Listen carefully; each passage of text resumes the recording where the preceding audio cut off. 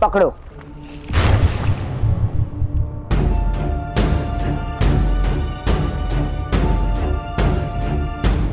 2000 पन देकर खरीदा था ना मुझे आपने, लीजिए 4000 पन।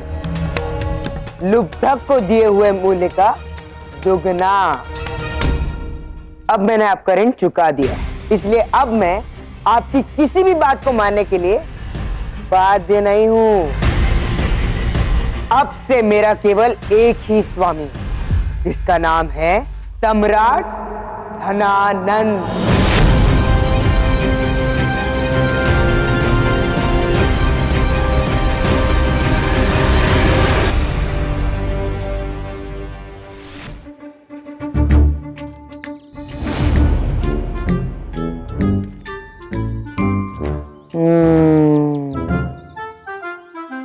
इस महल में 500 से भी अधिक कक्ष है। यदि मैं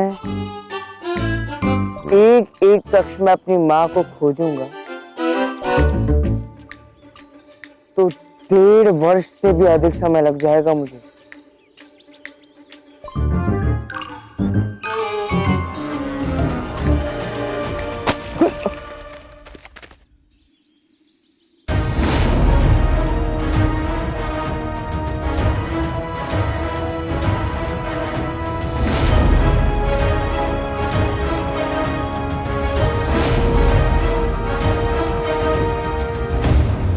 दासत्व का एक नियम होता है चंद्रगुप्त। ऋण मुक्त होने के लिए मूल्य खरीदार की इच्छा अनुसार चुकाना पड़ता है। और मैंने तुम्हें लुब्धक से इसलिए मुक्त नहीं करवाया था कि मुझे धन का लोभ था। मैं तो तुमसे अपना एक विशेष कार्य करवाना चाहता था। अब मुझे आपसे बचने का केवल एक ही उपाय समझ में आ रहा है कि मैं सम्राट धनानंद को बता दूं कि आपकी छिपने का स्थान कहाँ है। इससे मुझे मेरा पुरस्कार भी मिल जाएगा और आपसे मुक्ति भी।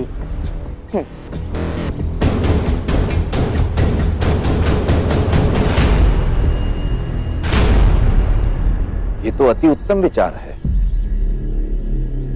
मेरा सुझाव है कि तुम्हें अभी इसी क्षण बिना विलंब किए सम्राट धनानंद के पास जाना चाहिए। बल्कि मैं तो कहता हूं कि मैं भी तुम्हारे साथ चलता हूं। चलो।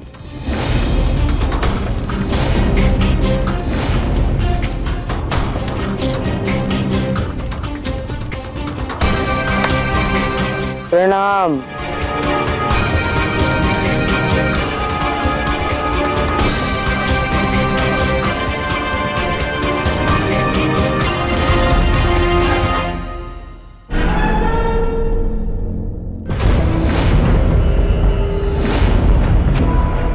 सम्राट की जय हो। आपकी भेंट के बदले यवन सेलुकस की ओर से यह भेंट आई और एक संदेश भी कि आपके द्वारा उपहार में भेजी गई सभी दासियों को अपनी सेवा में रखकर सेलुकस हर्षित है।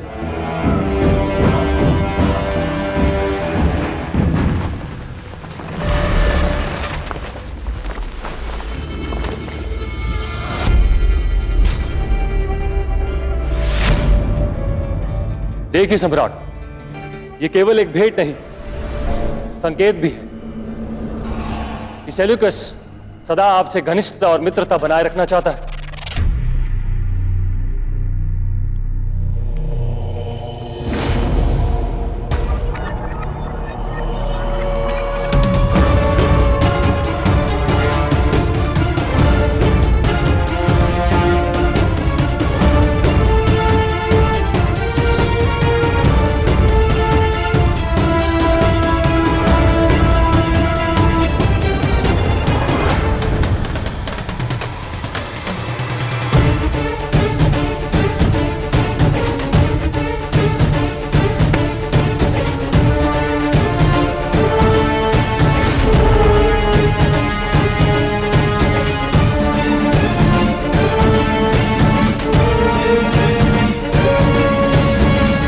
कदाचित वो ऐसे सांप हैं जिन्होंने अपनी केंचुली उतारी ही नहीं, कदाचित मित्र के वेश में तुम्हारे पास ही खड़े हो।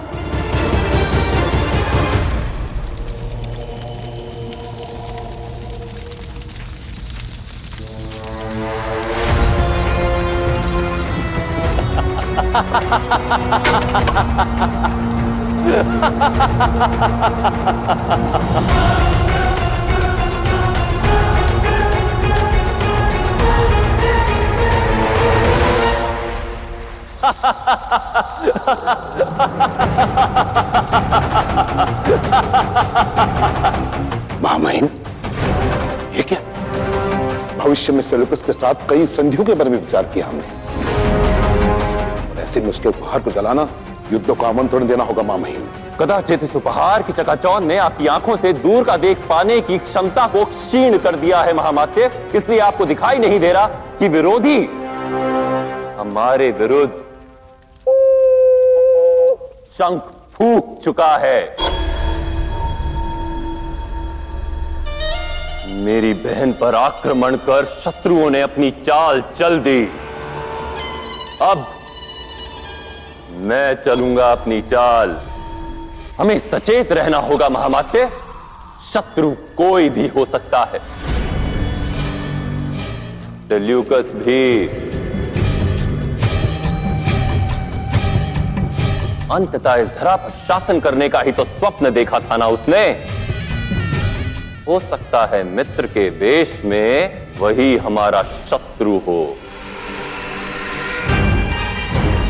अपने गुप्तचरों को चौकन्ना कीजिए महामात्य, और पता लगाइए कि उस सेल्यूकस के मन में और उसके सैन्य शिविरों में आखिर चल क्या रहा है।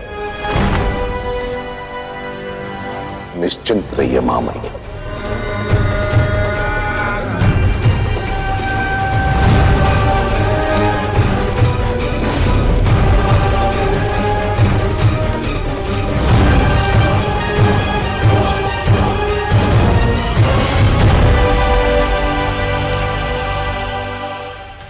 ये खुली शिका वाला तो विचित्र ही प्राणी है। मेरे किसी भी धमकी का प्रभाव ही नहीं पड़ा उस। अब जब मैं सम्राट को उसके छिपने का स्थान बता दूंगा, तो फिर उसके साथ जो भी हो उसका उत्तरदायी मैं नहीं होऊंगा।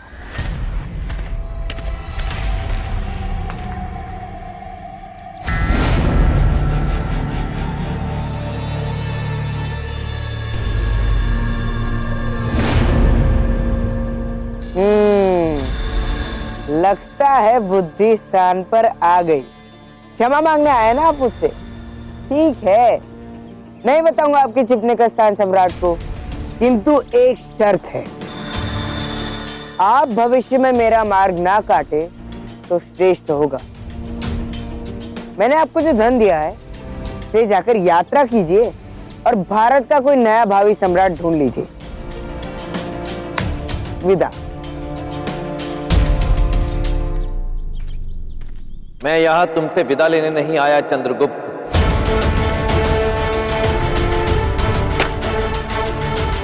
महल तक की यात्रा में तुम्हारे साथ चलने के लिए आया।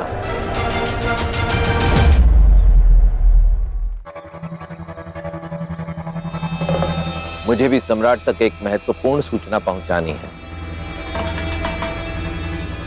यदि तुम्हारे साथ चलूंगा तो मेरा कार्य भी सरल हो जाएगा।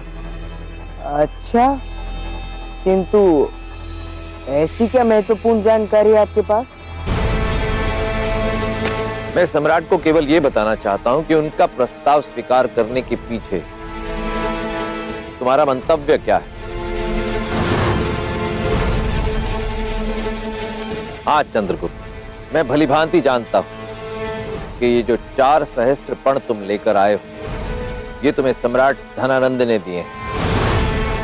और मैं ये बात भी भलीभांति जानता हूं कि तुमने धनानंद की बहन का अंगरक्षक बनना इसलिए स्वीकार किया है ताकि धनानंद के महल में रहकर अपनी मां को बेरोक टोक खोज सको।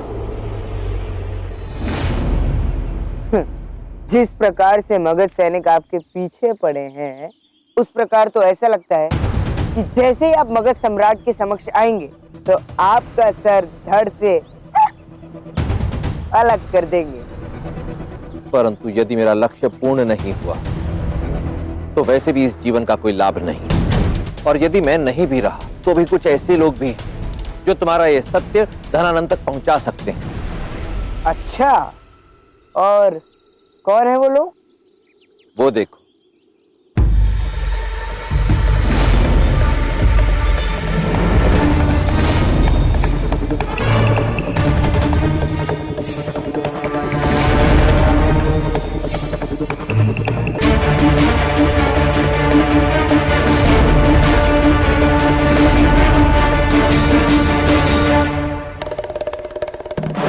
तुम सब अपने मित्र के विरुद्ध जाकर इस मतीन ब्राह्मण का साथ देना चाह रहे हो?